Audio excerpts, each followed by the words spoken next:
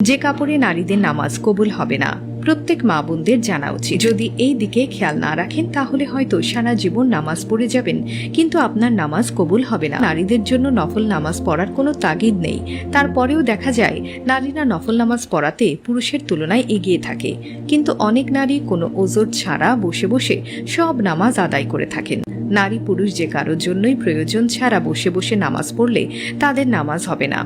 বিশেষ করে ফরজ নামাজ অবশ্যই দাঁড়িয়ে আদায় করতে হবে। সাধারণত নারীরা অনেক সময় শাড়ি পরে নামাজ পড়ে থাকেন, আর শাড়িতে কোনোভাবেই পর্দা আদায় হয় না, কেননা শাড়ি পরে নামাজ পড়লে পর্দা লঙ্ঘন হবার সম্ভাবনা বেশি থাকে। নামাজের সময় নারীদের এই বিষয়গুলোর প্রতি লক্ষ্য রাখতে হবে।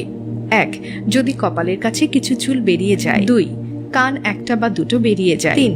যদি কানের পাশে জুলফির চুল বেরিয়ে যায়। 4. পেছনের চুল বেরিয়ে যায়। 5.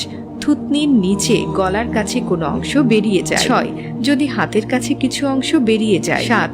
যদি পেট বা পিঠের কাছে কিছু অংশ বেরিয়ে যায়, অর্থাৎ শুধু মুখমণ্ডল, হাতের কবজি ও পায়ের পাতা ছাড়া আর কোনো অংশ যদি নামাজের সময় বেরিয়ে যায় এবং এভাবে সারা জীবন নামাজ পড়লে সে নামাজ আদায় হবে না, সে নারী বেনামাজি হিসেবে গণ্য হবে।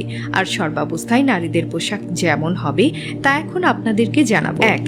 নারীদের ফরজ ও সুন্নত পোশাক হলো কামিজ বা ম্যাক্সি, যা গলা থেকে শুরু করে পায়ের গোড়ালির নিচে পাতা পর্যন্ত ঝুলবে। কামিজের বা হাতা, কবজি কিংবা হাতের আঙ্গুল পর্যন্ত লম্বা হতে হবে। 2. আর মাথায় এমন হিজাব বা ওড়না পরিধান করতে হবে যাতে কোনোভাবেই গলা, ঘাড়, কান, মাথা ও জুলফির চুল কিংবা বুকের কোনো অংশ, পেটের কোনো অংশ তথা চামড়া দেখা না যায়। 3.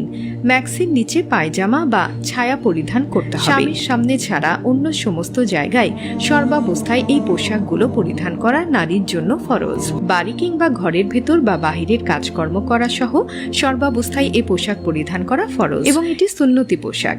যেহেতু সর্বাবস্থায় এই পোশাক পরা ফরজ, তাই নামাজের ক্ষেত্রে নারীদের এই পোশাক পরিধান করেই নামাজ আদায় করতে হবে। কাপড় আছে, অবহেলা করে পোশাক পরেননি, ফরজ সতর বেরিয়ে গেছে, সেখানে বেখেয়ালি তাকে নারী পুরুষ কারোরই নামাজ আদায় হবে না। এ অবস্থায় জীবনভর নামাজ আদায় করলে নামাজ আদায় হবে না।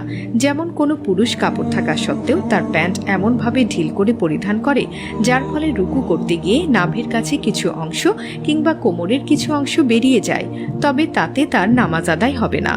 নারীদের পোশাকের ক্ষেত্রে পুরুষও দায়িত্বশীল হবে। যে পুরুষের দায়িত্বে কোনো নারী থাকে, সে হতে পারে তার স্ত্রী, তার মা, তার বোন ইত্যাদি।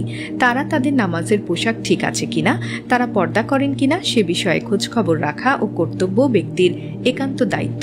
যদি সে দায়িত্বশীল ব্যক্তির নামাজের ব্যাপারে খোঁজ খবর না রাখে কিংবা পর্দা ও নামাজের পোশাকের ব্যাপারে সতর্ক না করে, এসব নারীদের তাদের দায়িত্বশীল পুরুষকে অপরাধী হিসেবে সাব্যস্ত করবে।